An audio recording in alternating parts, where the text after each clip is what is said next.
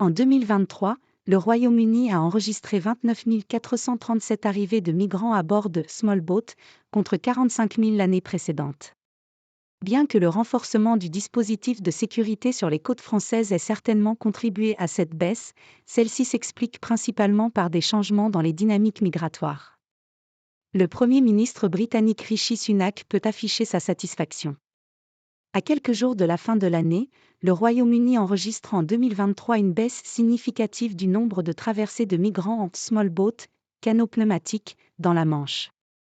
Quelques 29 437 arrivées de migrants ont été relevées par le ministère britannique de l'Intérieur sur l'année, contre plus de 45 000 en 2022, soit une baisse d'un tiers. De quoi conforter le leader conservateur, qui a fait de la lutte contre l'immigration clandestine l'une de ses priorités, et ce malgré plusieurs déboires récents, comme dans le dossier du Rwanda. Stratégie de démantèlement des réseaux. Certes, les mauvaises conditions météorologiques de cet été dans le Nord et le Pas-de-Calais n'ont pas favorisé les traversées. Mais le Royaume-Uni semble surtout récolter les fruits de ses lourds investissements dans la militarisation de sa frontière maritime à Calais, dans le cadre des accords du Touquet signés en 2003. En mars dernier, les Britanniques et les Français ont d'ailleurs signé un nouvel accord financier à hauteur de 500 millions d'euros sur 4 ans. Barbelés, caméras thermiques, augmentation des forces de l'ordre.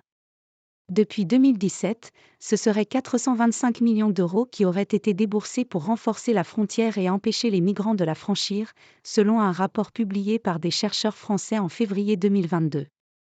Il y a eu un renforcement massif de la présence policière et de la lutte contre les passeurs de migrants, explique Mehdi Benbouzid, procureur de la République de Saint-Omer, spécialisé dans la lutte contre les réseaux de passeurs. Il y a une stratégie de démantèlement des réseaux qui est d'ordre judiciaire, et une autre d'empêchement des départs qui est gérée par le corps préfectoral. C'est cette dernière qui est considérablement renforcée, notamment grâce aux financements anglais. En même temps qu'on lutte contre les départs, on lutte contre les passeurs. C'est cette combinaison qui fait que ça paye en 2023.